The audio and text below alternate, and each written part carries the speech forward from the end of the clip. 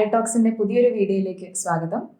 നമ്മൾ ഏറ്റവും ഉയർന്നു വന്ന കേട്ട ഒരു കാര്യമാണ് Kerala model of health care എന്നുള്ളത്. കേരളം ഇത്രയും വലിയൊരു ഹെൽത്ത് കെയർ മോഡലായി മാറിയത് കൃത്യമായും പ്രൈമറി ഹെൽത്ത് കെയർ സെന്ററുകൾ അവർ വഹിച്ച വലിയ പങ്കിലൂടെയാണ്. അതായത് പഠനത്തോടൊപ്പം ഹെൽത്ത് കൂടെ ഒരു ഇമ്പോർട്ടന്റ് ഫാക്ടറാണെന്ന് മനസ്സിലായത് എഡ്യൂക്കേഷൻ. അപ്പൊ നമ്മുടെ ലിറ്ററസി ഒരു മേജർ ഫാക്ടർ ആയിരുന്നു. അപ്പോൾ ഈ ഒരു സിറ്റുവേഷനിൽ എങ്ങനെയാണ് ഇൻഷുറൻസ് പ്രീമിയവും ഇൻഷുറൻസ് കവറേജും വെച്ചിട്ട് നമുക്ക് എങ്ങനെ ഇത് കവർ ചെയ്യാനാകും? ഞാൻ പറഞ്ഞില്ലേ, നമ്മുടെ ഈ വാർ റൂമും ഹോസ്പിറ്റൽസും തമ്മിലുള്ള coordination was another important factor ഈ മോർട്ടാലിറ്റി കുറയ്ക്കാനായിട്ട്. ഒരുപക്ഷെ ജീവിതശൈലി രോഗങ്ങളുടെ ഒരു ഹബ്ബായി കേരളം മാറിക്കൊണ്ടിരിക്കുകയാണ്. ഒരു മിനിമം ഇൻകമിന് താഴെ, അതായത് നമ്മൾ ബിലോ പോവർട്ടിനെ അല്ലെ അഫോർഡ് ചെയ്യാൻ പറ്റാത്തവരുടെ ഹെൽത്ത് കെയർ എക്സ്പെൻസ് മുഴുവൻ ബേർഡൻ എടുക്കുന്നത് ഗവൺമെന്റ് ആണ്. ഐടോക്സിന്റെ പുതിയൊരു വീഡിയോയിലേക്ക് സ്വാഗതം. ഞാൻ സരസ്വതി. ഇന്ന് നമ്മൾ ചർച്ച ചെയ്യുന്ന വിഷയം കേരളത്തിലെ ആരോഗ്യ മേഖല എന്നതാണ്. ഇന്ന് എന്നോടൊപ്പം ചർച്ചയിലുള്ളത് ആദിത്യ, ഐലേൺ സ്റ്റുഡൻ്റ് ആണ്, ഡോക്ടറാണ്. അജേസ്, ഐലേൺ സ്റ്റുഡൻ്റ് ആണ്, അഡ്വക്കേറ്റ് ആണ്. നമ്മൾ കേരളത്തിലെ ആരോഗ്യ മേഖലയെ പറ്റി ചർച്ച ചെയ്യുമ്പോൾ എസ്പെഷ്യലി പോസ്റ്റ് കോവിഡ് കോണ്ടെക്സ്റ്റിൽ നമ്മൾ ഏറ്റവും ഉയർന്നു വന്ന കേട്ട ഒരു കാര്യമാണ് Kerala model of health care എന്നുള്ളത്. പോസ്റ്റ് പാൻഡമിക് സാഹചര്യത്തിലാണ് നമ്മൾ കേൾക്കുന്നതെങ്കിൽ പോലും 1970s മുതലൊക്കെ പഠന വിധേയമായിട്ടുള്ള ഒരു വിഷയം തന്നെയാണ് Kerala model of health care. Especially ഇന്ത്യയിൽ ആദ്യം കോവിഡ് റിപ്പോർട്ട് ചെയ്യുന്നത് കേരളത്തിലാണ്. ആ ഒരു ഹെൽത്ത് എമർജൻസി എങ്ങനെ ഹാൻഡിൽ ചെയ്തു എന്നുള്ളത് വലിയൊരു ഫാക്ടറാണ്. അതോടൊപ്പം തന്നെ എങ്ങനെയാണ് കേരളത്തിലെ ആരോഗ്യ മേഖല ഇതിന് പ്രാപ്തമായത്, ഇന്ന് നമ്മൾ ഗ്ലോബൽ സ്റ്റാൻഡേർഡ്സിൽ എവിടെയാണ് നിൽക്കുന്നത്, നമ്മൾ ഫേസ് ചെയ്യുന്ന ചാലഞ്ചസ് എന്തൊക്കെയാണ്, ഈ ഒരു ഡയമെൻഷൻസ് ഒക്കെയാണ് നമ്മൾ ഇന്ന് ചർച്ച ചെയ്യാൻ ഉദ്ദേശിക്കുന്നത്. ആദ്യമായിട്ട് ഈ Kerala model of health care എന്ന് പറയുന്നതിന് ഒരു ഹിസ്റ്റോറിക്കൽ കോണ്ടെക്സ്റ്റ് സെറ്റ് ചെയ്യാൻ വേണ്ടിയിട്ട് അജയ്സ് അതിന്റെ ഒരു സോഷ്യൽ ഹിസ്റ്റോറിക്കൽ ആസ്പെക്ട്സ് ഒക്കെ ഒന്ന് സംസാരിക്കും. ലോകത്ത് തന്നെ ആരോഗ്യരംഗം എങ്ങനെ പ്രവർത്തിക്കണം എന്നതിനെ കുറിച്ച് രണ്ട് പ്രബലമായ വീക്ഷണങ്ങളാണ് ഉള്ളത്. ഒന്ന്, രോഗചികിത്സയ്ക്ക് കൂടുതൽ പ്രാധാന്യം നൽകുന്ന, സ്വകാര്യ നിക്ഷേപങ്ങൾക്ക് വൻകിട ഹോസ്പിറ്റലുകളിലെയും ഒക്കെ ഫോക്കസ് ചെയ്യുന്ന ഒരു ട്രീറ്റ്മെന്റ് ബേസ്ഡ് ആയിട്ടുള്ള വ്യക്തി കേന്ദ്രീകൃത വീക്ഷണമാണ്. രണ്ടാമത്തേത് ഒരു സാമൂഹിക വീക്ഷണമാണ്.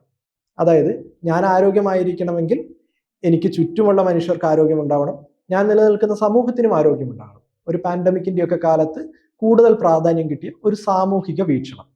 ഈ സാമൂഹിക വീക്ഷണത്തിന് വലിയൊരു പ്രാധാന്യം ലഭിക്കുന്നത് WHO സഹകരണത്തോടു കൂടി നടത്തിയ international conference on primary health care എന്ന സോവിയറ്റ് യൂണിയനിലെ ആൾമ ആട്ടയിൽ വെച്ച് 1978 നടന്ന ആൾമ ആട്ട ഡിക്ലറേഷനിലൂടെയാണ്.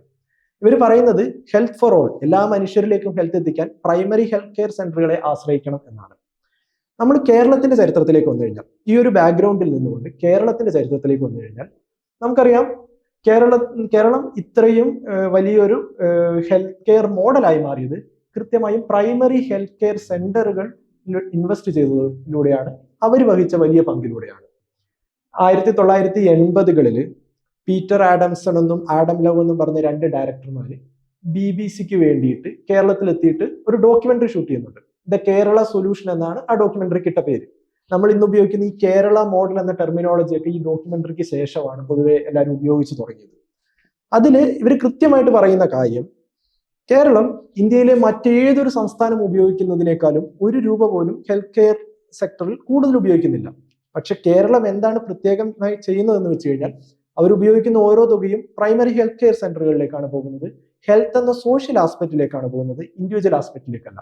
അപ്പം എല്ലാ മനുഷ്യർക്കും അവരുടെ വീടുകളിൽ നിന്ന് നടന്നു ചെന്ന് ഹെൽത്ത് കെയർ സെന്ററിൽ പോയി സൗജന്യമായി മരുന്ന് മേടിക്കാൻ പറ്റിയ ഒരു സാഹചര്യം കേരളത്തിൽ ഉണ്ടായി എന്നതാണ് പ്രധാനപ്പെട്ടത്. നമ്മൾ ഈ Kerala model of health care എന്ന് പറയുമ്പോൾ അതിൽ തന്നെ പറയുന്നതാണ് ഈ കേരള മോഡൽ എന്നത്. ഹ്യൂമൻ ഡെവലപ്മെന്റ് ഇൻഡെക്സിലൊക്കെ ടോപ്പ് റാങ്കിൽ നിൽക്കുന്ന കേരള മോഡൽ, അതിന്റെ ഒരു ബേസ് എന്ന് പറയുന്നത് അത് ഈ Kerala model of health care ആണ്. അവിടെ ലാൻഡ് റിഫോംസ് നടക്കുന്നു, അത് കഴിഞ്ഞ് പ്രൈമറി ഹെൽത്ത് സെന്ററുകൾ വഴി നമ്മുടെ ഹെൽത്ത് നന്നാകുന്നു, ഇൻസ്റ്റിറ്റ്യൂഷണൽ ഡെലിവറികൾ ഉണ്ടാകുന്നു, നമ്മുടെ ഇൻഫന്റ് മോർട്ടാലിറ്റി റേറ്റ് കുറയുന്നു. അതുവഴി 1-2 കുട്ടികൾ ഉണ്ടായാൽ പോലും അവർ ആരോഗ്യമുള്ളവരായിരിക്കുമെന്ന കോൺഫിഡൻസ് മാതാപിതാക്കൾക്ക് കിട്ടുന്നു. അത് പോപ്പുലേഷൻ പ്ലാനിങ്ങിനെ സഹായിക്കുന്നു, ഫാമിലി പ്ലാനിങ് നടക്കുന്നു, അതുവഴി ലിറ്ററസി കൂടുന്നു, നമുക്ക് നല്ല എഡ്യൂക്കേഷൻ കൊടുക്കാനാകുന്നു. പിന്നീട് വളർന്നു വന്ന ഈ തലമുറ ഒരു കേരള മോഡൽ ഉണ്ടാക്കിയെടുക്കുന്നു.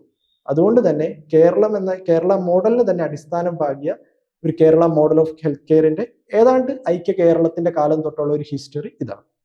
ഓക്കെ, അപ്പോൾ ഒരു സോഷ്യൽ ആസ്പെക്റ്റിൽ നമ്മൾ നോക്കി എന്നുള്ളതും എങ്ങനെയാണ് ഒരു പാൻഡമിക്കിന് നമ്മൾ റെഡിയായി, അല്ലെങ്കിൽ എങ്ങനെ ഇത് ഇവോൾവ് ചെയ്ത് വന്നു എന്നുള്ളൊരു ആസ്പെക്റ്റാണ് അജസ് കൂടുതൽ പറഞ്ഞത്. അപ്പോൾ ഞാൻ ആദ്യത്തിലേക്ക് വരുമ്പോൾ എസ്പെഷ്യലി കോവിഡ്, നിപ്പ പോലെയുള്ള ഹെൽത്ത് എമർജൻസീസ് ഹാൻഡിൽ ചെയ്യുന്നതിൽ നമ്മൾക്ക് ചില സ്ട്രാറ്റജീസ് ഉണ്ടായിരുന്നു. പ്രിവെൻഷൻ എന്ന് ഉൾപ്പെടെ നമ്മൾ ഫോക്കസ് ചെയ്ത ചില കാര്യങ്ങളായിരുന്നു. എങ്ങനെയാണ് ഈ പറയുന്ന നിലവിലുള്ള ഹെൽത്ത് സിസ്റ്റം റിസോഴ്സസ് ഉപയോഗിച്ച് എഫിഷ്യൻ്റ്ലി യൂട്ടിലൈസ് ചെയ്യാനുള്ള നമ്മുടെ സ്ട്രാറ്റജി എങ്ങനെയാണ് കേരളം അത് ഹാൻഡിൽ ചെയ്തത്?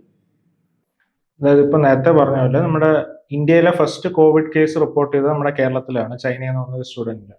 അപ്പോൾ നാച്ചുറലി പറഞ്ഞാൽ കേരളയിൽ എസ്പെഷ്യലി കോവിഡ് പോലൊരു കമ്മ്യൂണിക്കബിൾ ഡിസീസ്, ഒരു വൈറൽ ഡിസീസ്, റെസ്പിറേറ്ററി എയർബോൺ വഴി സ്പ്രെഡ് ആവുന്ന ഒരു ഡിസീസ് ആക്ച്വലി സ്പ്രെഡ് ചെയ്യാനുള്ള എല്ലാ ഫേവറബിൾ കണ്ടീഷൻസ് നമ്മുടെ ഹൈ പോപ്പുലേഷൻ ഡെൻസിറ്റി, പിന്നെ എന്താ പറയാ ഇന്റർമിംഗ്ലിംഗ് പോപ്പുലേഷൻ, അപ്പൊ എല്ലാ ഫാക്ടേഴ്സും ഉണ്ട്. പക്ഷെ എന്നിട്ടും നമുക്ക് അതിന്റെ സ്പ്രെഡിനെ ഒരു നല്ല രീതിക്കല്ല, നമുക്ക് ഏറ്റവും മികച്ച രീതിയിൽ തന്നെ അതിനെ നമുക്ക് കൺട്രോൾ ചെയ്യാൻ പറ്റിയത് നമ്മുടെ ഹെൽത്ത് കെയർ സിസ്റ്റത്തിന്റെ, അതായത് നമ്മുടെ ലോക്കൽ ഗവൺമെന്റ്സ് ആണെങ്കിലും, പിന്നെ നമ്മുടെ വോളണ്ടിയേഴ്സ്, പിന്നെ നമ്മുടെ grass root level health care workers, പിന്നെ സിവിൽ സൊസൈറ്റി ഗ്രൂപ്പ്സ്, അവരൊക്കെ കൂടെ ഉള്ള ഒരു കോപ്പറേഷൻ അല്ലെങ്കിൽ അവരുടെ ഒരു സ്ട്രാറ്റജിക് പ്ലാനിങ് വഴിയാണ് നമുക്ക് ഇതിന്റെ സ്പ്രെഡ്. ഇപ്പൊ നമ്മൾ മെയിൻ ആയിട്ട് ചെയ്തതെന്ന് വെച്ചാൽ അന്ന് ഇപ്പൊ ആദ്യത്തെ രോഗി വന്നു, എയർപോർട്ടിൽ വന്നു, അവര് വന്ന സമയം മുതൽ എന്താ പറയാ അവര് ലാബിൽ ചെന്ന ട്രീറ്റ്മെന്റ് അല്ലെങ്കിൽ ആ സ്വാബ് എടുക്കുന്ന വരെയുള്ള നമ്മളൊരു സാധനം ചെയ്തതെന്ന് വെച്ചാൽ കോൺടാക്ട് ട്രേസിങ്. അതായത് അവർ ആരൊക്കെ ആയിട്ടാണ് സമ്പർക്കത്തിൽ വന്നത്, ആ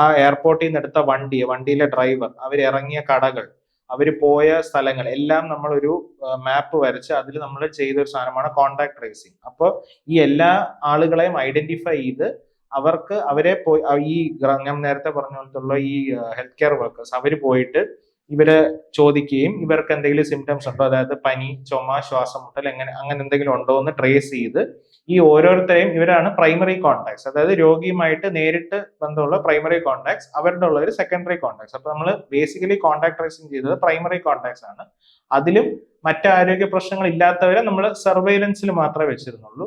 പിന്നെ ഇപ്പൊ കുറച്ച് പ്രായം, അല്ലെ 60 വയസ്സ് കഴിഞ്ഞാൽ, അല്ലെങ്കിൽ വേറെ ഡയബറ്റീസ്, പ്രഷർ, അല്ലെങ്കിൽ വേറെ ഏതെങ്കിലും അസുഖങ്ങളുള്ളവരെ നമ്മൾ കുറച്ചൊരു ഹൈ റിസ്ക് കാറ്റഗറി വെച്ചിട്ട് അവരെ നമ്മൾ സ്പെഷ്യൽ ക്വാറന്റീൻ മെഷേഴ്സും, പിന്നെ വേറെ അവർക്ക് എന്തെങ്കിലും ബുദ്ധിമുട്ടുണ്ടെങ്കിൽ അവർക്കൊരു ലോക്കൽ ഹെൽപ്പ് ലൈൻ നമ്പർ കൊടുത്ത് വിളിക്കാൻ പറഞ്ഞു. അപ്പൊ അങ്ങനെയാണ് നമ്മൾ പ്രിവെൻഷന്റെ ലെവലിൽ നമുക്ക് മാനേജ് ചെയ്യാൻ പറ്റിയത്. ഇങ്ങനെ ഒരു സിസ്റ്റം ഉള്ളത് കൊണ്ടാണ്, ഈ ഒരു കോൺടാക്ട് ട്രേസിംഗ് ഇങ്ങനത്തെ ഒരു മെത്തേഡ് ഉള്ളത് കൊണ്ടാണ്. ഒന്ന് കോൺടാക്ട് ട്രേസിംഗും പിന്നെ നമ്മുടെ ആ ഒരു ട്രയഡ് അല്ലെ, മോണിറ്ററിങ്, അതായത് നമുക്ക് സീരിയസ്നെസ് ഉള്ളവരെ ക്വാറന്റൈൻ ചെയ്ത് അവർക്ക് എന്തെങ്കിലും ശ്വാസം മുട്ടൽ അങ്ങനത്തെ എന്തെങ്കിലും ബുദ്ധിമുട്ടുണ്ടെങ്കിൽ ഉടനെ തന്നെ ഹെൽത്ത് കെയറിൽ വിളിക്കാനായിട്ട് അവർക്കൊരു ഫെസിലിറ്റിയും റെഡിയാക്കി വെച്ചിരുന്നു. അതെ, ആ ഒരു സീരിയസ്നെസ് അനുസരിച്ചുള്ള നമ്മൾ ഗ്രൂപ്പ് ചെയ്ത് ഫോക്കസ് ചെയ്തു എന്നുള്ളത്. അതുകൂടാതെ ഇത് എഫക്റ്റീവായിട്ട് വർക്ക് ചെയ്യാൻ ഡീസെൻട്രലൈസേഷൻ എന്നുള്ളൊരു അതായത് പല ലെവൽസിൽ ഇപ്പൊ വീടുകളിൽ ക്വാറന്റൈൻ എന്ന് പറഞ്ഞാൽ ലൈക്ക് ഒരു മുറിയിൽ വേറെ ആരുമായിട്ട് സമ്പർക്കത്തിൽ വരാതിരുന്നവരെ അവരെ പോയി ഡെയിലി മോണിറ്റർ ചെയ്യുക, അവരുടെ ആരോഗ്യസ്ഥിതി മോണിറ്റർ ചെയ്യുക. അപ്പൊ അതായത് അടുത്ത ദിവസം പോകുമ്പോൾ ഇന്നലത്തേന്നും ഭേദമായോ അല്ലെങ്കിൽ കൂടിയോ ഇങ്ങനെയൊക്കെ നോക്കിയിട്ടാണ് നമ്മൾ അതിന്റെ പുരോഗതി അല്ലെങ്കിൽ പ്രോഗ്രസ് മോണിറ്റർ ചെയ്തുകൊണ്ടിരുന്നത്. അപ്പൊ അതും ഇതിനെ എന്താ പറയാ ട്രാൻസ്മിഷനെ എന്താ പറയാ കേർട്ടൽ ചെയ്യാനുള്ള ഒരു മെയിൻ ഫാക്ടറായിട്ട് മാറിയതാണ്. ഓക്കെ, അപ്പോ ഇത് ഹാൻഡിൽ ചെയ്യാൻ നമുക്ക് ഹെൽപ്പ് ചെയ്തത് ശരിക്കും എക്സിസ്റ്റ് ചെയ്യുന്ന ചില ഇൻസ്റ്റിറ്റ്യൂഷൻസും ഡീസെൻട്രലൈസ്ഡ് ആയിട്ടുള്ള സിസ്റ്റം ആണെന്ന് പറയാം. അപ്പോൾ ആ ഹെൽത്ത് കെയർ സിസ്റ്റത്തിന്റെ സ്ട്രക്ചറിനുള്ളൊരു റോൾ അവിടെ വളരെ പ്രധാനമായിട്ട് നമുക്ക് കാണാൻ പറ്റുന്നുണ്ട്.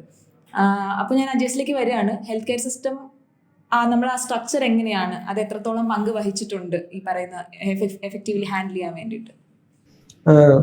ഒന്നാമത്തെ കാര്യം, ഈ നിപ്പയും COVID-19നെയും ഒരു അത്യാവശ്യം നല്ല രീതിയിൽ നേരിട്ട ഒരു സൊസൈറ്റിയും ഒരു പബ്ലിക് ഹെൽത്ത് ഇൻഫ്രാസ്ട്രക്ചറുമാണ് കേരളത്തിൻ്റെത്. നമ്മൾ നോക്കിയാൽ മനസ്സിലാകുന്ന കാര്യം, ഒരിക്കലും നമ്മുടെ ഹെൽത്ത് ഇൻഫ്രാസ്ട്രക്ചറിന്റെ ഒരു മൈറ്റ് കൊണ്ടല്ല നമ്മൾ ഇതിനെ നേരിട്ടത്. ആദ്യത്തെ പറഞ്ഞതുപോലെ അത്രയധികം നമ്മുടെ ഹെൽത്ത് ഇൻഫ്രാസ്ട്രക്ചറിനെ ഡീസെൻട്രലൈസ് ചെയ്തുകൊണ്ട് കേരളത്തിന്റെ ഇന്നേ കാലം വരെയുള്ള സോഷ്യൽ ക്യാപിറ്റൽ മുഴുവൻ ഉപയോഗിച്ചുകൊണ്ട് ഒരു ബഹുജന പങ്കാളിത്തത്തോടു കൂടിയാണ് നമ്മൾ ഇതിനെ നേരിട്ടിട്ടുള്ളത്. ഈ കോവിഡ് ആണെങ്കിലും നിപ്പ ആണെങ്കിലും ഒക്കെ നമ്മൾ നേരിട്ടിട്ടുള്ളത്. പലപ്പോഴും ഇതിന് നമ്മൾ ഉപയോഗിക്കുന്ന ടേം കമ്മ്യൂണിറ്റി മാനേജ്മെന്റ് എന്നുള്ളതാണ്. ഈ എബോളയുടെ ഔട്ട്ബ്രേക്കിന്റെ സമയത്ത് ആഫ്രിക്കയിൽ എത്രത്തോളം എഫക്റ്റീവ് ആയിരുന്നു കമ്മ്യൂണിറ്റി മാനേജ്മെന്റ് എന്നത് WHO യുടെ സ്റ്റഡീസ് ഉണ്ട്. അന്നേ WHO പലതരത്തിലുള്ള പബ്ലിക് ഹെൽത്ത് ഇൻഫ്രാസ്ട്രക്ചറുകളും നിർമ്മിച്ചെടുക്കുന്ന സമയത്ത് ഈ കമ്മ്യൂണിറ്റി മാനേജ്മെന്റിനെ സ്ട്രെസ് ചെയ്യാറുള്ളതായിരുന്നു. ഒരു 2015 തൊട്ടേ അവരുടെ പഠനങ്ങളുടെ റിപ്പോർട്ടുകളിലൊക്കെ ഇതിനെ സ്ട്രെസ് ചെയ്തുകൊണ്ടിരുന്നതാണ്. കേരളത്തിലേക്ക് എത്തുമ്പോൾ നമ്മൾ ഈ കോവിഡ് വന്നപ്പോഴത്തേക്കും നമുക്കൊരു നിപ്പയുടെ എക്സ്പീരിയൻസ് കൂടി ഉണ്ടായിരുന്നു. കോവിഡിനെ നേരിട്ട രീതിശാസ്ത്രം നോക്കുമ്പോൾ നമ്മൾ ഏറ്റവും താഴെ തട്ടിൽ നിന്ന് കുടുംബശ്രീ വർക്കേഴ്സ് ഉണ്ടാകുന്നു. കുടുംബശ്രീ വർക്കേഴ്സ് ഏറ്റവും പ്രൈമറി ലെവലിൽ വേണ്ട കാര്യങ്ങൾ ചെയ്യുന്നു. അതിൻ്റെ മുകളിലേക്ക് ആശാ വർക്കേഴ്സ് ഉണ്ടാകുന്നു, ANM വർക്കേഴ്സ് ഉണ്ടാകുന്നു. അതിൻ്റെ മുകളിൽ പബ്ലിക് ഹെൽത്ത് എക്സ്പേർട്സ് ആയിട്ട് പിന്നെ പ്രൈമറി ഹെൽത്ത് സെന്റർ തൊട്ടുള്ള ആരോഗ്യ മേഖലയിലെ എക്സ്പെർട്ടൈസ് ഉണ്ടാകുന്നു.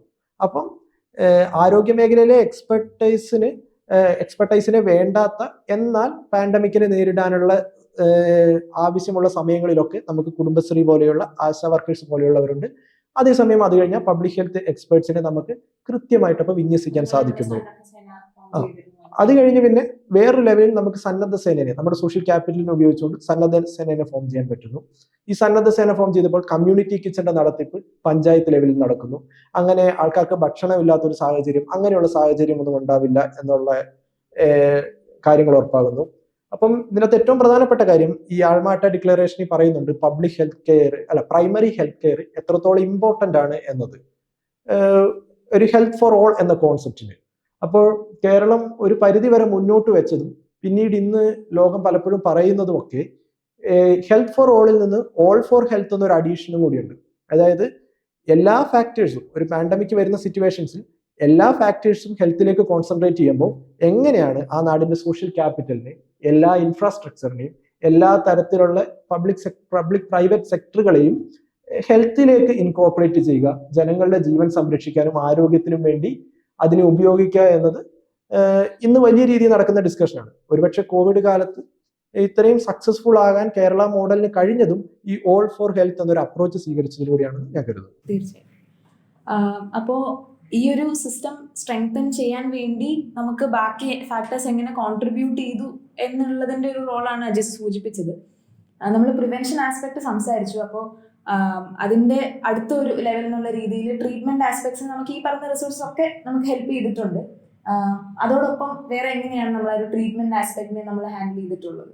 പ്രിവെൻഷനിൽ ഞാൻ പറയാൻ വിട്ട ഒരു കാര്യമുണ്ട്. അതായത് ഇപ്പോൾ നമ്മുടെ ഹെൽത്ത് കെയർ സിസ്റ്റം ഇത്രയും എഫിഷ്യന്റ് ആവാനുള്ള അനന്ത റീസൺ എന്ന് പറഞ്ഞാൽ നമ്മുടെ പണ്ട് കേരളം ആവുന്നതിന് മുമ്പ് തന്നെ നമ്മുടെ പ്രിൻസ്ലി സ്റ്റേറ്റ്സ്, അതായത് അവര് മെയിൻ ഫോക്കസ് ചെയ്തത് ലിറ്ററസി, എഡ്യൂക്കേഷൻ. അപ്പോൾ എഡ്യൂക്കേഷൻ ലിറ്ററസി വന്നപ്പോൾ ആളുകൾക്ക് ഹെൽത്ത് അല്ലെങ്കിൽ ആരോഗ്യം ഉണ്ടെങ്കിൽ അത് ഒരു മെയിൻ ഫാക്ടറാണ്. അതായത് പഠനത്തോടൊപ്പം ഹെൽത്ത് കൂടെ ഒരു ഇമ്പോർട്ടന്റ് ഫാക്ടറാണെന്ന് മനസ്സിലായത് എഡ്യൂക്കേഷൻ. അപ്പൊ നമ്മുടെ ലിറ്ററസി ഒരു മേജർ ഫാക്ടർ ആയിരുന്നു പ്രിവെൻഷൻ. അപ്പോൾ എസ്പെഷ്യലി കോവിഡിന്റെ സമയത്ത് ഇപ്പോൾ എന്താ പറയാ, ഇപ്പോൾ നമ്മളെ സോഷ്യൽ മീഡിയ ക്യാമ്പയിൻസ് അവർ മെയിൻ ആയിട്ട് പറഞ്ഞ ബ്രേക്ക് ദ ചെയിൻ ക്യാമ്പയിൻ. അപ്പൊ അതില് എസ്പെഷ്യലി ലിറ്ററസി ഉള്ളതുകൊണ്ട് പെട്ടെന്ന് ആളുകൾക്ക് അതിന്റെ ഇമ്പോർട്ടൻസും, അതായത് നമ്മളിപ്പോൾ ഒരാളുമായിട്ട് സംസാരിക്കുമ്പോൾ ഒരു മിനിമം ഡിസ്റ്റൻസ് മെയിൻറ്റെയിൻ ചെയ്യണം. ഇപ്പൊ നമ്മൾ തുമ്മൽ അങ്ങനത്തെ എന്തെങ്കിലും ഉണ്ടെങ്കിൽ നമ്മൾ മൂക്ക് വായ പൊത്തി തുമ്മണം. അങ്ങനത്തെ കുറച്ച് ബേസിക് കാര്യങ്ങളൊക്കെ നമ്മുടെ ഈ ഹൈ ലിറ്ററസി റേറ്റും എഡ്യൂക്കേഷൻ ഉള്ളതുകൊണ്ടാണ് നമുക്ക് പ്രിവെൻഷൻ അതൊരു ഇമ്പോർട്ടന്റ് ഫാക്ടർ. പിന്നെ ട്രീറ്റ്മെന്റിന്റെ ഭാഗം വരികയാണെങ്കിൽ നമുക്ക് ആക്ച്വലി നമ്മുടെ ഫെസിലിറ്റീസ് എന്ന് പറയുമ്പോൾ ലിമിറ്റഡ് ആണ്. ഇപ്പൊ ബാക്കി വലിയ സ്റ്റേറ്റ്സ്, ഇപ്പൊ മഹാരാഷ്ട്ര, ഡൽഹി അങ്ങനത്തെ ഇതൊക്കെ നോക്കുമ്പോൾ നമുക്ക് ഫെസിലിറ്റീസ് ലിമിറ്റഡ് ആണ്. പക്ഷെ നമ്മളുള്ള ഫെസിലിറ്റീസിനെ മാക്സിമം ഇഫക്റ്റീവ് ആയിട്ട് യൂട്ടിലൈസ് ചെയ്തു. ഇപ്പൊ ട്രീറ്റ്മെന്റ് തന്നെ നമ്മൾ പല ലെവൽസ് ഓഫ് ട്രീറ്റ്മെന്റ് ഉണ്ട്. അതായത് ഒരു പ്രൈമറി ഹെൽത്ത് സെന്റർ, അത് കഴിഞ്ഞിട്ട് ഒരു ഫസ്റ്റ് ലൈൻ ട്രീറ്റ്മെന്റ് സെന്റർ, പിന്നെ സെക്കൻഡ് ലൈൻ ട്രീറ്റ്മെന്റ് സെന്റർ, പിന്നെ ടെർഷറി റെഫറൽ ഹോസ്പിറ്റൽസ്. അപ്പൊ നമ്മൾ ഓരോ സിംറ്റംസ്, അതായത് ഇപ്പൊ നമ്മൾ കോവിഡിന് മെയിൻ ആയിട്ട് നോക്കിക്കൊണ്ടിരുന്ന സിംറ്റംസ് എന്ന് പറയുമ്പോൾ ഒന്ന് പനി, ചുമ, ശ്വാസം മുട്ടൽ, പിന്നെ നമ്മൾ നോക്കിക്കൊണ്ടിരുന്നത് ബ്ലഡിലെ ഓക്സിജന്റെ അളവ്, അതായത് ഓക്സിജൻ സാച്ചുറേഷൻ. അപ്പോൾ ഈ ഓരോ ഫാക്ടേഴ്സിന്റെ സിവിയറിറ്റി അനുസരിച്ചാണ് നമ്മൾ ഓരോ രോഗികളെയും ഓരോ സെന്ററിൽ, അപ്പോൾ എല്ലാ രോഗികളെയും നമ്മൾ ഇപ്പൊ മെഡിക്കൽ കോളേജിലോ അല്ലെങ്കിൽ ടെർഷറി സെന്ററിലോ കൊണ്ടുപോകേണ്ട കാര്യമില്ല. അപ്പോൾ നമുക്ക് ഉള്ള അപ്പൊ കാരണം വെച്ചാൽ ടെർഷറി ഹോസ്പിറ്റൽസിലുള്ള ലെവൽ ഓഫ് കെയർ, അതായത് വെന്റിലേറ്റർ, ഓക്സിജൻ സപ്പോർട്ട്, പിന്നെ ഇപ്പോൾ അവർക്ക് ശ്വാസം എടുക്കാൻ ബുദ്ധിമുട്ടുണ്ടെങ്കിൽ ഇപ്പൊ അനസ്തെറ്റിസ്റ്റിന്റെ അല്ലെങ്കിൽ ഇന്റർവെൻഷനിസ്റ്റിന്റെ, അത് പ്രൈമറി സെന്റേഴ്സിൽ ചിലപ്പോൾ കാണത്തില്ല. അപ്പൊ ഏറ്റവും ആവശ്യമുള്ള ഫെസിലിറ്റീസ്, ഏറ്റവും ഡിസേർവിങ് അല്ലെങ്കിൽ ഏറ്റവും ബെനിഫിഷ്യൽ ആയിട്ടുള്ള പേഷ്യൻസിന് ടെർഷറിയിൽ മാത്രമേ. അപ്പോൾ നമ്മൾ ആ വാർണിംഗ് സൈൻസ് നോക്കിയിട്ടാണ് ഇതിനനുസരിച്ച് ചെയ്തോണ്ട്. ഇപ്പൊ ഫസ്റ്റ്ലി ഒരു പേഷ്യന്റ് വന്ന പ്രത്യേകിച്ച് സിംറ്റംസ് ഒന്നും ഇല്ല, പക്ഷെ കോവിഡ് പോസിറ്റീവ് ആണ്, നമ്മൾ അവരെ ഫസ്റ്റ് ലൈൻ ട്രീറ്റ്മെന്റ് സെന്ററിൽ മോണിറ്റർ ചെയ്യും. ഇപ്പൊ അവിടെ വെച്ച് തന്നെ നമ്മൾ സപ്പോർട്ടീവ് കെയർ, ഞാൻ പറഞ്ഞ പോലെ പ്രത്യേകിച്ച് ട്രീറ്റ്മെന്റ് ഇല്ല, സപ്പോർട്ടീവ് കെയർ മാത്രമല്ല. നമുക്ക് ആന്റിബയോട്ടിക്സ് ലൈക്ക് വേറെ അതർ ബാക്ടീരിയൽ ഇൻഫെക്ഷൻ വരെയായിരിക്കും ആന്റിബയോട്ടിക് കൊടുക്കുക. പിന്നെ ശ്വാസം മുട്ടൽ എന്തെങ്കിലും ഉണ്ടെങ്കിൽ അതിനനുസരിച്ചുള്ള ലൈക്ക് ബ്രോങ്കോ ഡയലേറ്റർ മെഡിസിൻസ് കൊടുക്കുക. പിന്നെ അവർ നെഗറ്റീവ് ആകുമ്പോൾ സ്വാബ് നെഗറ്റീവ് ആക്കിയിട്ട് അവരെ വീട്ടിലോട്ട് വിടുക. കോംപ്ലിക്കേഷൻ വന്ന് റിപ്പോർട്ട് ചെയ്യാൻ പറഞ്ഞു വിട്ടിട്ട്. പിന്നെ ഒരു ഫസ്റ്റ് ലൈൻ ട്രീറ്റ്മെന്റ് സെന്ററിൽ ഇരിക്കുമ്പോൾ അവർ എന്തെങ്കിലും കോംപ്ലിക്കേഷൻ ഡെവലപ്പ്, അതായത് അവരുടെ ശ്വാസത്തിന്റെ റേറ്റ് കൂടുക, അല്ലെങ്കിൽ അവരുടെ ബ്ലഡിൽ ഓക്സിജന്റെ സാച്ചുറേഷൻ കുറയുക, അല്ലെങ്കിൽ എന്തെങ്കിലും വേറെ ബുദ്ധിമുട്ട് ഉണ്ടാവുകയാണെങ്കിൽ അവരെ നമ്മുടെ ഈ കോവിഡ് ഇപ്പൊ പറഞ്ഞ പോലെ ഡീസെൻട്രലൈസേഷന്റെ വേറെ ഇമ്പോർട്ടന്റ് പാർട്ട് നമ്മൾ കോവിഡ് വാർ റൂം എന്ന് പറയുന്നത്. അപ്പോൾ ഈ ഓരോ ആംബുലൻസസ് അതായത് ഏറ്റവും അടുത്തുള്ള ആംബുലൻസ് ഏതാണ്, രോഗിയുടെ സീരിയസ്നെസ് അനുസരിച്ച് നമ്മൾ ആ ഫസ്റ്റ് ലൈൻ അല്ലെങ്കിൽ സെക്കൻഡ് ലൈൻ ട്രീറ്റ്മെന്റ് സെന്ററിൽ ഏറ്റവും അടുത്തുള്ള ഏതാണോ ആംബുലൻസ് സർവീസ്, ആ ആംബുലൻസ് സർവീസിനെ വിളിച്ചിട്ട് നമ്മൾ ഉടനെ തന്നെ വിത്ത് പ്രോപ്പർ വെന്റിലേറ്റർ സപ്പോർട്ട് അവരെ അടുത്തുള്ള റെഫറൽ സെന്ററിലോട്ട് കൊണ്ടുപോകാൻ കഴിയും. അപ്പോൾ അതും നമുക്ക് മോർട്ടാലിറ്റി കുറയ്ക്കാൻ മാത്രമല്ല, ഉള്ള റിസോഴ്സസിനെ നമുക്ക് മാക്സിമം എഫിഷ്യന്റ് ആയിട്ട് യൂട്ടിലൈസ് ചെയ്യാൻ അതൊരു ഇമ്പോർട്ടന്റ് ഫാക്ടർ. ഈ കോർഡിനേഷൻ ബിറ്റ്വീൻ, ഞാൻ പറഞ്ഞില്ലേ, നമ്മുടെ ഈ വാർ റൂമും ഹോസ്പിറ്റൽസും തമ്മിലുള്ള coordination was another important factor ഈ മോർട്ടാലിറ്റി കുറയ്ക്കാനായിട്ട്. അപ്പോൾ നമുക്ക് അതുപോലെ തന്നെ ചർച്ച ചെയ്യാനുള്ളത് ഈ പാൻഡമിക്കിന് ശേഷം നമുക്കുണ്ടായ ഒരു കോൺഷ്യസ്നെസ് ഉണ്ട്. ഓക്കെ, നമുക്ക് നമ്മൾ ഒരാൾ ആരോഗ്യമായിട്ടിരിക്കണമെങ്കിൽ ഒരാളുടെ മാത്രം ആരോഗ്യമല്ല, ഇതിന് ഹെൽത്ത് കെയറിനെ ഒരു മറ്റൊരു ഡയമെൻഷൻസിലേക്ക് കാണണം എന്നുള്ളൊരു കോൺഷ്യസ്നെസ് ഉണ്ടാവുന്നുണ്ട്. അതിന്റെ ഭാഗമായിട്ടും ഒക്കെ നമുക്ക് പുതിയ പുതിയ മിഷൻസും ഒരു ഫ്യൂച്ചർ പ്രോസ്പെക്ട്സ് ഉണ്ടാവുന്നുണ്ട്. അപ്പോൾ കേരളത്തിലെ ആരോഗ്യ മേഖല സ്പെസിഫിക് ആയിട്ട് എന്തൊക്കെയാണ് നമ്മുടെ ഫ്യൂച്ചർ പ്രോസ്പെക്ട്സ്? ഫ്യൂച്ചറിൽ നമ്മൾ എങ്ങനെയാണ് ആരോഗ്യ മേഖലയെ കാണുന്നത്? ഇപ്പൊ പറഞ്ഞതുപോലെ തന്നെ ഒരു പോസ്റ്റ് കോവിഡ് എറയിൽ ഇരുന്നുകൊണ്ടാണ് നമ്മൾ ആരോഗ്യ മേഖലയെ കുറിച്ച് ചർച്ച ചെയ്യുന്നത്. അപ്പം ആ ഒരു സമയം നമ്മുടെ ഈ പാൻഡമിക് എന്നത് ഹെൽത്ത് എന്നൊരു പെർസ്പെക്റ്റീവിനെ തന്നെ ലോകത്ത് വലിയ രീതിയിൽ ഇപ്പൊ പോളിസി മേക്കേഴ്സിന്റെ അടുത്ത് നിന്നാണെങ്കിലും ഹെൽത്ത് എക്സ്പെർട്സിന്റെ അടുത്ത് നിന്നാണെങ്കിലും വലിയ രീതിയിൽ ഹെൽത്ത് എന്നൊരു കോൺസെപ്റ്റിനെ വലിയ രീതിയിൽ എങ്ങനെ ഇതിനെ കൈകാര്യം ചെയ്യണം എന്നുള്ള രീതിയിൽ ചിന്തിക്കുന്ന രീതിയിൽ മാറ്റം വന്നിട്ടുണ്ട്. അപ്പോൾ ഇപ്പൊ പ്രധാനമായും പറയുന്ന ഒരു കാര്യം, ഒരു philosophy of comprehensive social development എന്ന രീതിയിൽ ഹെൽത്തിനെ അപ്രോച്ച് ചെയ്യണം എന്നൊരു സമീപനമാണ് ഇപ്പൊ പല ലോകാരോഗ്യ സംഘടന അടക്കം എടുക്കുന്നത്. WHO ഈ അടുത്ത് പറയുക തന്നെ ഉണ്ടായി, ആൾമാട്ട ഡിക്ലറേഷനിലേക്ക് മടങ്ങിപ്പോകണം എന്നുള്ള തരത്തിൽ WHO ഭാഗത്ത് നിന്ന് ഒരു സ്റ്റേറ്റ്മെന്റ് പോലും വരികയുണ്ടായി. അപ്പം ഈ മുഴുവൻ സമൂഹവും ഹെൽത്തി ആയിരിക്കുന്ന ഒരു സാഹചര്യം ഉണ്ടാക്കുക, ഹെൽത്ത് ഫോർ ഓൾ എന്നൊരു വിഷന്റെ അടിസ്ഥാനത്തിൽ തന്നെയാണ് കേരളവും കഴിഞ്ഞ കുറച്ച് കാലങ്ങളായിട്ട് പോളിസികൾ ബിൽഡ് ചെയ്ത് വരുന്നത്. ഇപ്പം കേരളത്തിന്റെ ഹെൽത്ത് കെയർ സെക്ടറിലെ ഇപ്പോഴത്തെ ഫ്ലാഗ്ഷിപ്പ് മിഷൻ നോക്കിക്കഴിഞ്ഞാൽ ആർദ്രം മിഷനാണ്. ആർദ്രം മിഷന്റെ ഒരു പ്രധാന ഫോക്കസ് എന്ന് വെച്ച് കഴിഞ്ഞാൽ പ്രൈമറി ഹെൽത്ത് സെന്ററുകളെയും സബ് ഹെൽത്ത് സെന്ററുകളെയൊക്കെ ഫാമിലി ഹെൽത്ത് സെന്ററുകളായിട്ട് കൺവേർട്ട് ചെയ്യുകയാണ്. ഈ ഫാമിലി ഹെൽത്ത് സെന്ററുകളായിട്ട് കൺവേർട്ട് ചെയ്യുക എന്ന് പറയുമ്പോൾ അവിടെ നമുക്ക് കിട്ടുന്ന ഇൻസൈറ്റ്, ഇനി കുടുംബങ്ങളിലേക്കാണ് നമ്മൾ കൂടുതൽ ഫോക്കസ് ചെയ്യാൻ പോകുന്നത്.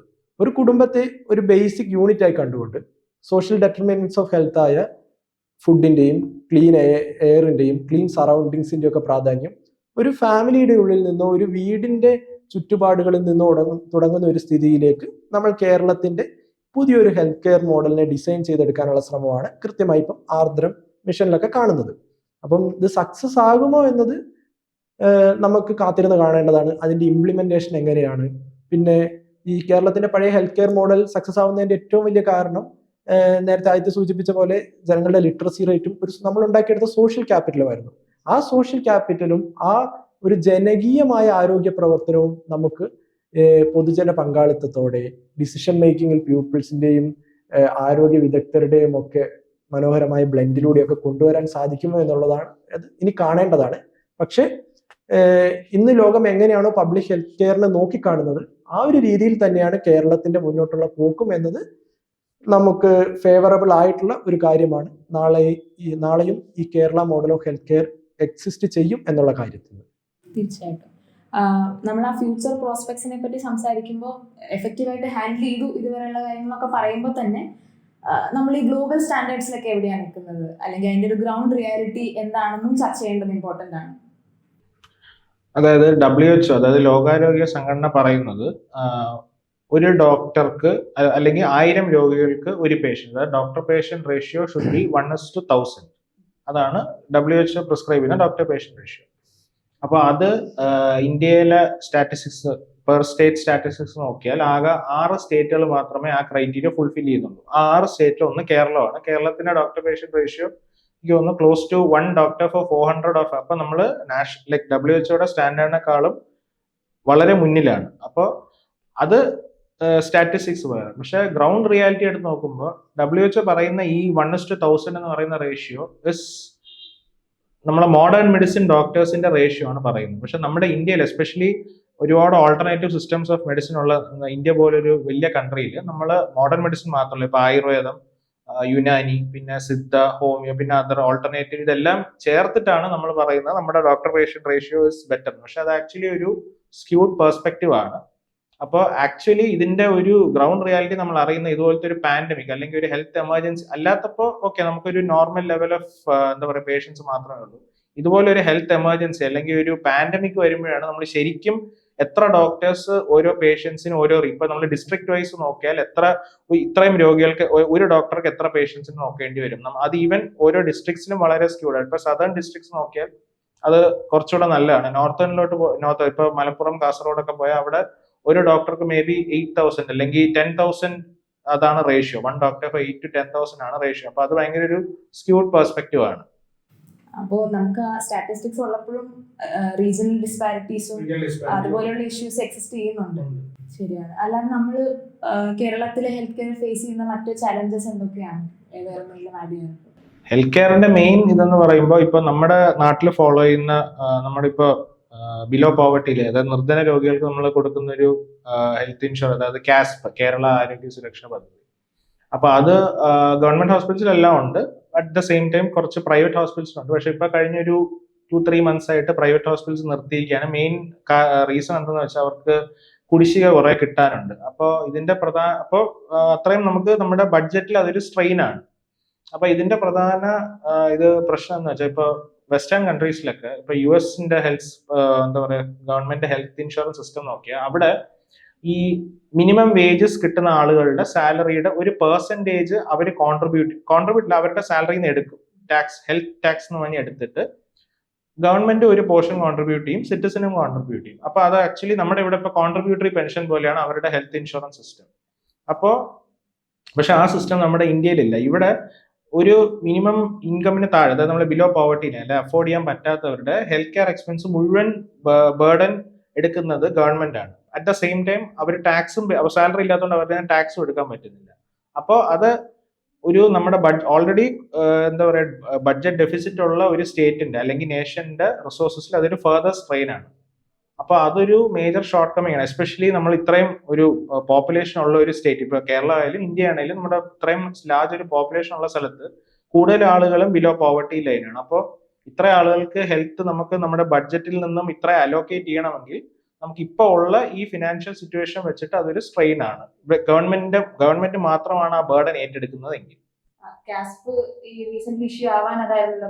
അതെ, കാസ്പിന്റെ ലൈക്ക് അവർക്ക് കൊടുക്കാനുള്ള ബഡ്ജറ്റ് ഇല്ലായിരുന്നു. അതുകൊണ്ടാണ് പ്രൈവറ്റ് ഹോസ്പിറ്റൽസ് ഇപ്പൊ തൽക്കാലം കാസ്പ് എടുക്കുന്നില്ല. അപ്പോൾ ആ ഒരു ഫിസിക്കൽ ബർഡൻ ശരിക്കും ഗവൺമെന്റിലേക്ക് വരുന്നു. ഈ ഫൈനാൻസ് ചെയ്യുമെന്നുള്ളത് വലിയൊരു ഇഷ്യൂ തന്നെയാണ് തീർച്ചയായിട്ടും. ഈ ചലഞ്ചസിലേക്ക് വരുമ്പോൾ അജസ്റ്റിന് എന്തെങ്കിലും ആഡ് ചെയ്യാനുണ്ടോ?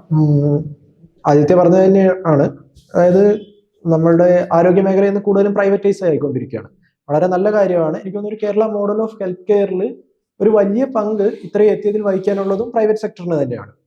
അപ്പോൾ ഇനി മുമ്പോട്ടുള്ളത് നമ്മുടെ ചികിത്സകൾ വളരെയധികം ചെലവേറിയതാകുമ്പോൾ എങ്ങനെ സോഷ്യൽ ജസ്റ്റിസും ഇക്വിറ്റിയും സാമൂഹ്യ നീതിയും തുല്യതയും ഇപ്പം അറ്റ്ലീസ്റ്റ് കേരളത്തിലെങ്കിലും എല്ലാ പൗരന്മാർക്കും ഉറപ്പാക്കാനാകും ചികിത്സയുടെ കാര്യത്തിലെന്ന് നമ്മുടെ ഭരണ സംവിധാനങ്ങൾ ചിന്തിക്കേണ്ടി വരുന്നു. അപ്പോൾ ഈ ഒരു സിറ്റുവേഷനിൽ എങ്ങനെയാണ് ഇൻഷുറൻസ് പ്രീമിയവും ഇൻഷുറൻസ് കവറേജും വെച്ചിട്ട് നമുക്ക് എങ്ങനെ ഇത് കവർ ചെയ്യാനാകും? സ്റ്റേറ്റ് എങ്ങനെ സിറ്റിസന്റെ ഹെൽത്തിനും മറ്റാവശ്യങ്ങൾക്കുമുള്ള സോഷ്യൽ സെക്യൂരിറ്റി കൊടുക്കും എന്നുള്ളതാണ് എനിക്കൊന്ന് കേരളത്തിൽ ഇനി ഉയരാൻ പോകുന്ന ഏറ്റവും വലിയ ചോദ്യം. പ്രത്യേകിച്ച് ഹെൽത്തിനുള്ള എക്സ്പെൻസ് ഇത്രയും കൂടി വരുന്ന ഒരു സാഹചര്യത്തിൽ. പിന്നെ എനിക്ക് തോന്നുന്നു കേരളം ഏറ്റവും കൂടുതൽ അഡ്രസ്സ് ചെയ്യേണ്ട ഒരു ഇഷ്യൂ ജീവിതശൈലി രോഗങ്ങളുടെ വളർച്ചയാണ്. ഇന്ത്യയിലെ തന്നെ വളരെ കുറഞ്ഞ ഒരു ശതമാനം പോപ്പുലേഷൻ മാത്രമുള്ള ഒരു നാട്ടിലാണ് ഒരുപക്ഷെ ജീവിതശൈലി രോഗങ്ങളുടെ ഒരു ഹബ്ബായി കേരളം മാറിക്കൊണ്ടിരിക്കുകയാണ്. അപ്പം നമുക്ക് ജനകീയ പങ്കാളിത്തത്തിലൂടെ നമ്മുടെ അനാരോഗ്യങ്ങളെ ഒരുപാട് കാലത്ത് നീക്കിക്കളയാനായി. നമുക്കുണ്ടായിരുന്ന ഒരുപാട് രോഗങ്ങളൊക്കെ പ്രൈമറി ഹെൽത്ത് കെയർ സെന്ററുകൾ സ്ഥാപിച്ചു, പ്രൈവറ്റ് ഹോസ്പിറ്റൽസിലൂടെയാണെങ്കിലും നമുക്ക് അതൊക്കെ ഇല്ലാതാക്കാൻ കഴിഞ്ഞു, കുറയ്ക്കാൻ കഴിഞ്ഞു.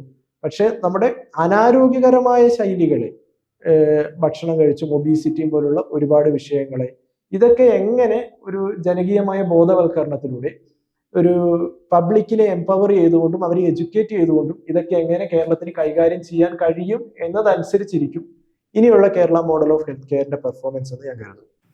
നമ്മുടെ ചർച്ചയിൽ നിന്ന് വ്യക്തമാകുന്ന ഒരു കാര്യം എന്നുള്ളത് എസ്പെഷ്യലി ഒരു പോസ്റ്റ് പാൻഡമിക് കോണ്ടെക്സ്റ്റിൽ ആരോഗ്യ മേഖല എത്രത്തോളം പ്രധാനമാണ് എന്നുള്ളത് നമുക്ക് എല്ലാവർക്കും ബോധ്യമായിട്ടുള്ളതാണ്.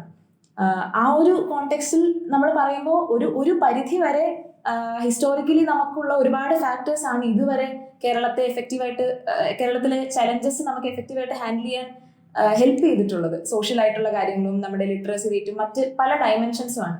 എന്നാൽ മുന്നോട്ട് പോകുമ്പോൾ നമുക്ക് ഫേസ് ചെയ്യുന്ന പല ചലഞ്ചസ് ഉണ്ട്, ഇൻക്ലൂഡിങ് ഫൈനാൻഷ്യൽ ആയിട്ടുള്ള ഇഷ്യൂസ്, ഈ പറഞ്ഞ ഫിസിക്കൽ ബേർഡൻ, ജീവിതശൈലി രോഗങ്ങൾ, അതുപോലെ പബ്ലിക് പ്രൈവറ്റ് പാർട്ട്ണർഷിപ്പ് എങ്ങനെ ഇഫക്റ്റീവായിട്ട് ഉപയോഗിക്കും, ഈ പറയുന്ന കാര്യങ്ങളൊക്കെ നമുക്ക് മുന്നോട്ട് പോകുമ്പോൾ ചലഞ്ചസ് ആയിട്ടുള്ള നമുക്ക് കാണാൻ പറ്റുന്ന കാര്യങ്ങളാണ്. അപ്പോൾ ഇതിനെ എങ്ങനെ ഹാൻഡിൽ ചെയ്യുന്നു, ലോങ്ങർ ടേമിൽ നമുക്ക് എങ്ങനെ മെഷേഴ്സ് കൊണ്ടുവരാൻ സാധിക്കുന്നു എന്നതനുസരിച്ചിരിക്കും ഈ കേരള മോഡൽ ഓഫ് ഹെൽത്ത് കെയറിന്റെ ആക്ച്വൽ ഫ്യൂച്ചർ. അപ്പോൾ അതിൽ നമുക്ക് ഇൻവെസ്റ്റ് ചെയ്യാൻ വേണ്ടി ലോങ്ങർ ടേം മെഷേഴ്സിലും പോളിസീസിലുമാണ് നമ്മൾ ഫോക്കസ് ചെയ്യേണ്ടത്. കാരണം ഒരു കാലത്ത് അത്തരത്തിലുള്ള പോളിസീസ് ഉണ്ടായതാണ് നമുക്ക് ഇന്ന് അത് എഫക്റ്റീവായിട്ട് ആ സിസ്റ്റം നിലനിൽക്കാനുള്ള കാരണം. അപ്പോൾ ഇനി മുന്നോട്ടുള്ള ചലഞ്ചസിനും ഷോർട്ട് ടേം ആയിട്ടുള്ള മെഷേഴ്സ് അല്ല, പക്ഷേ ഈ പറയുന്ന പോലെ ഒരു പക്ഷേ മറ്റ് യൂറോപ്യൻ മോഡൽസ്, അല്ലെങ്കിൽ അതെങ്ങനെ ഹെൽത്ത് ഇൻഷുറൻസ് ആവാം, അല്ലെങ്കിൽ പുതിയ പുതിയ മെഷേഴ്സ് പബ്ലിക് പ്രൈവറ്റ് പാർട്ട്ണർഷിപ്പ് ആവാം, ഇത്തരത്തിലുള്ള ലോങ്ങർ ടേമിലുള്ള പോളിസീസിൽ നമ്മൾ ഫോക്കസ് ചെയ്താൽ മാത്രമാണ് Kerala model of health care ഇതിനെല്ലാം ഉൾക്കൊണ്ടുകൊണ്ട് ഒരു നല്ല ഫ്യൂച്ചർ ഉണ്ടാവും എന്ന് പറഞ്ഞു വെച്ചുകൊണ്ട് ഈ ഡിസ്കഷൻ ഇവിടെ കൺക്ലൂഡ് ചെയ്യാണ്. Thank you. Come and join iLearn IAS and feel the difference.